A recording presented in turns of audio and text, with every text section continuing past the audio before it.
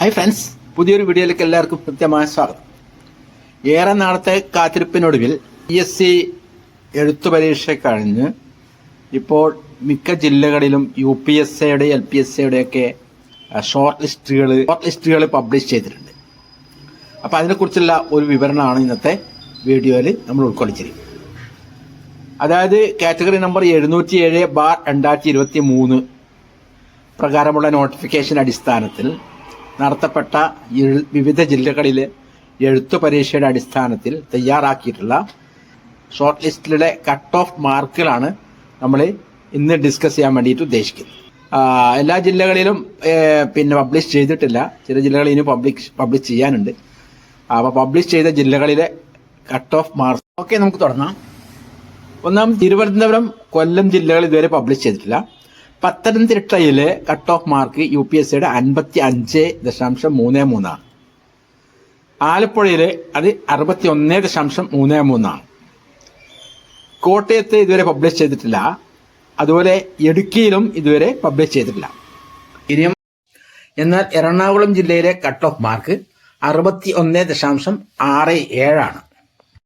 ഇനിയും ഷോർട്ട് ലിസ്റ്റും cut off മാർക്കും പബ്ലിഷ് ചെയ്യാനുള്ള തൃശൂർ, പാലക്കാട്, മലപ്പുറം, കോഴിക്കോട്, വയനാട്, കണ്ണൂർ, കാസർഗോഡ് എന്നീ ജില്ലകളിൽ അടുത്ത് തന്നെ ഷോർട്ട് ലിസ്റ്റും കട്ട് ഓഫ് മാർക്കും പ്രസിദ്ധീകരിക്കുന്നതാണ്.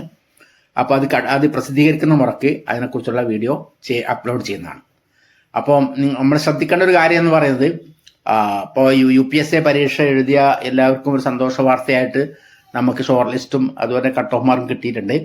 അപ്പോൾ അതിൽ ഷോർട്ട് ലിസ്റ്റിൽ ഉൾപ്പെട്ട എല്ലാവർക്കും സന്തോഷിക്കാൻ വകയുണ്ട്. പക്ഷേ ഒരു പ്രശ്നം എന്ന് പറയുന്നത്, ഈ ഷോർട്ട് ലിസ്റ്റിൽ ഉൾപ്പെടാത്ത ഒരുപാട് പേരുണ്ട്, നന്നായിട്ട് പ്രിപ്പയർ ചെയ്തിട്ട് പോലും. അപ്പോൾ അതിന് കാരണം എന്ന് പറയുന്നത്, ഈ വർഷം വളരെ ടൈറ്റ് കോമ്പറ്റീഷൻ ആയിരുന്നു. അതുകൊണ്ട് തന്നെ വളരെ ഉയർന്ന കട്ട് ഓഫ് മാർക്ക് ശതമാനമാണ് ഈ മിക്ക ജില്ലകളിലും രേഖപ്പെടുത്തിയിട്ടുള്ളത്. അതുകൊണ്ട് എഴുത്ത് പരീക്ഷയിൽ സെലക്ഷൻ കിട്ടാത്ത ഉദ്യോഗാർത്ഥികൾ ഒരു കാരണവശാലും നിരാശപ്പെടേണ്ട കാര്യമില്ല. അത്രയ്ക്ക് നല്ല ടൈറ്റ് കോമ്പറ്റീഷൻ ആയിരുന്നു. നിങ്ങൾക്ക് ഈ പ്രാവശ്യത്തെ നിങ്ങളുടെ പരീക്ഷയുടെ എല്ലാം നിങ്ങളെ വിലയിരുത്തലിന്റെ അടിസ്ഥാനത്തിൽ, കട്ട് ഓഫ് മാർക്കിന്റെ വിലയിരുത്തലിന്റെ അടിസ്ഥാനത്തിൽ അടുത്ത ഉള്ള UPSC പരീക്ഷയ്ക്ക് ഇപ്പോൾ തന്നെ തയ്യാറെടുത്തിട്ട് അടുത്ത പ്രാവശ്യത്തെ UPSC റാങ്ക് ലിസ്റ്റിൽ ഉൾപ്പെടാൻ വേണ്ടിയിട്ട് പരിശ്രമിക്കുക. ഈ ഒരു തിരിച്ചറിവിന്റെ അടിസ്ഥാനത്തിലുള്ള ഒരു പരിശ്രമം നടത്തി കഴിഞ്ഞാൽ നിങ്ങൾക്ക് എല്ലാവർക്കും ആ റാങ്ക് ലിസ്റ്റിൽ ഉൾപ്പെടാൻ സാധിക്കും. ഷോർട്ട് ലിസ്റ്റിൽ ഉൾപ്പെട്ട എല്ലാവർക്കും ഇന്റർവ്യൂ കഴിഞ്ഞ് റാങ്ക് ലിസ്റ്റിൽ ഇടം കണ്ടെത്താൻ കഴിയട്ടെ. അതുപോലെ തന്നെ റാങ്ക് ലിസ്റ്റ് വന്നതിന് ശേഷം എല്ലാവർക്കും നിയമനം കിട്ടട്ടെ എന്ന് പ്രാർത്ഥിച്ചുകൊണ്ടും, ലിസ്റ്റിൽ ഉൾപ്പെടാൻ സാധിക്കാത്ത ഒരുപാട് പ്രിയപ്പെട്ട ഉദ്യോഗാർത്ഥികൾക്ക് അടുത്ത തവണത്തെ പരീക്ഷയിൽ മികച്ച വിജയം കൈവരിക്കുവാനും നിയമനം കിട്ടാനും സാധിക്കട്ടെ എന്ന് പ്രാർത്ഥിച്ചുകൊണ്ട് ഇന്നത്തെ ഈ വീഡിയോ ഇവിടെ അവസാനിപ്പിക്കുന്നു. ഇതുപോലെയുള്ള ഉപകാരപ്രദമായ വീഡിയോസ് കാണാൻ വേണ്ടിയിട്ട് എൻ്റെ യൂട്യൂബ് ചാനൽ സബ്സ്ക്രൈബ് ചെയ്യാൻ മറക്കരുത്. ഈ വീഡിയോ നിങ്ങൾക്ക് ഇഷ്ടപ്പെട്ടെങ്കിൽ ലൈക്ക് ചെയ്യുക, കമന്റ് ചെയ്യുക, ഷെയർ ചെയ്യുക.